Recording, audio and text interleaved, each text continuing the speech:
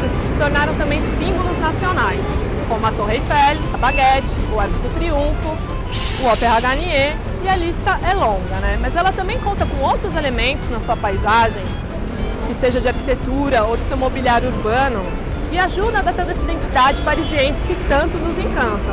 E às vezes a gente olha e não sabe que aquilo tem um nome e uma história. Então hoje eu vou te apresentar alguns desses elementos que com certeza vão cruzar o seu caminho aqui em Paris.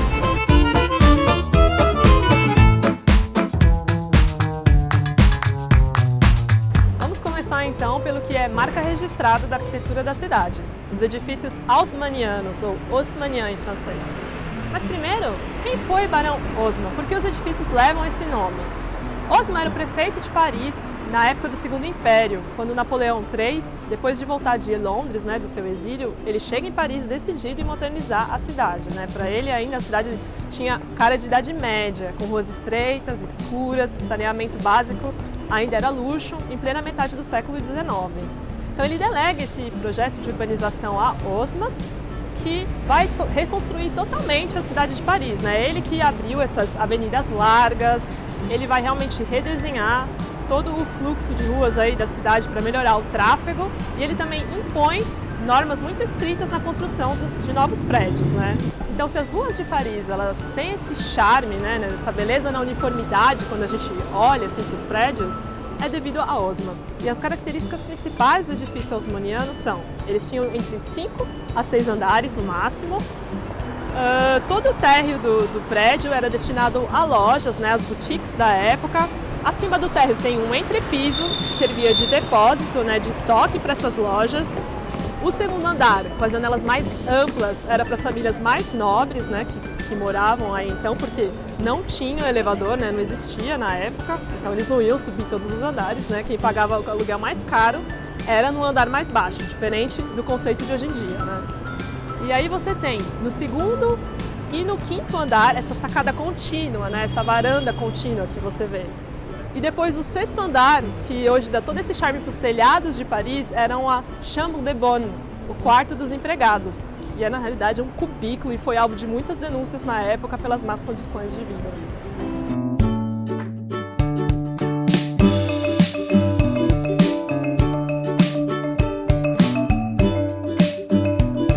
E agora as famosas colunas Morris, que levam esse nome devido ao seu criador, Gabriel Morris, que era o dono de uma empresa que fazia toda a impressão desses cartazes publicitários na época, principalmente já voltado para teatro e espetáculos.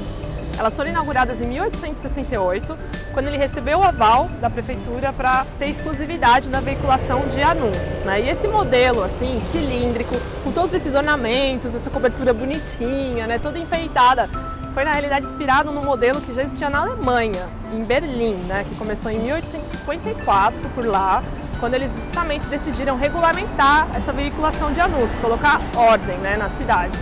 Hoje existem ainda 550 exemplares como esse na cidade, e elas também surgiram na época em substituição ao modelo que existia anteriormente. Na realidade era um mictório com quadro mural atrás, onde eles publicavam todos esses anúncios e também toda a parte de teatro e espetáculos. Então, toda a população começou a reclamar porque não era nada agradável você ir lá se informar dos teatros e espetáculos com aquele cheiro,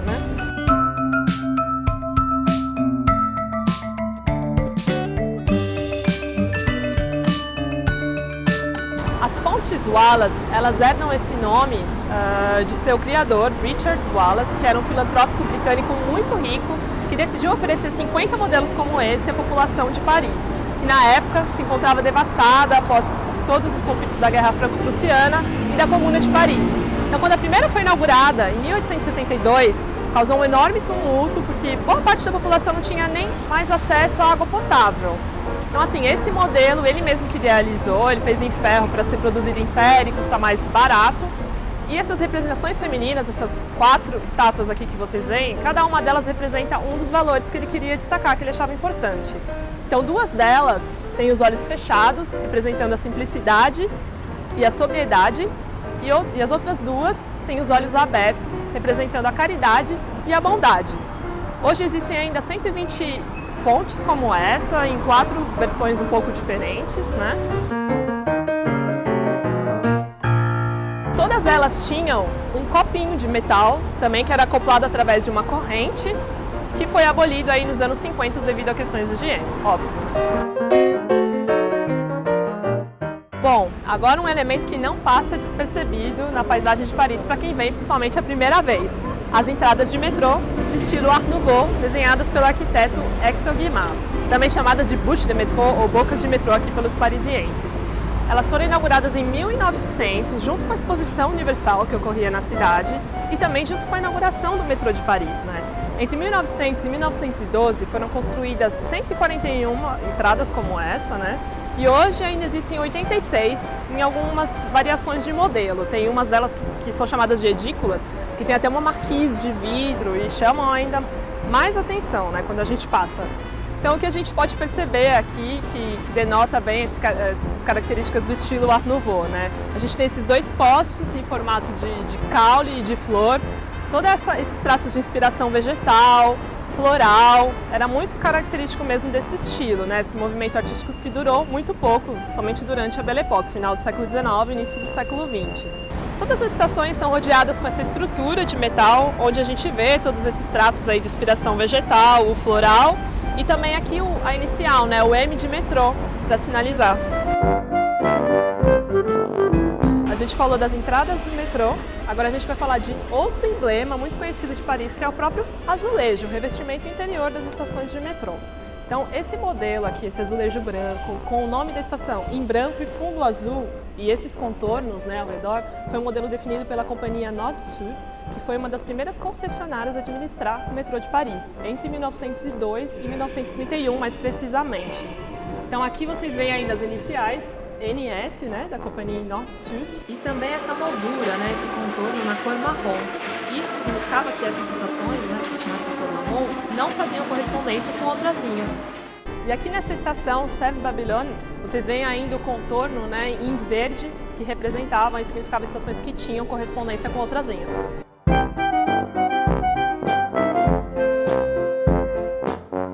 Agora, para encerrar, a gente fala delas, as queridinhas placas de ruas de Paris, que tanto inspiram hoje souvenirs e fazem muito sucesso com os turistas. Esse modelo em especial, com o nome da rua em branco, no fundo azul, são de 1844, quando ainda eram feitos em pedra-sabão. Em 1876, surge um decreto que também obriga a informar o número do arrondissement, ou distrito, né? Nesse caso, o 9º distrito. Os modelos em metal passam a ser produzidos a partir de 1932, quando eles também incluem esses detalhes em branco e preto, né? Esses traços para dar a impressão de sombra e sombreamento.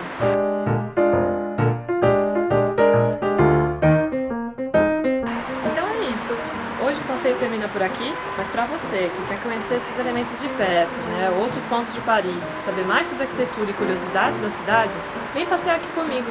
Salut!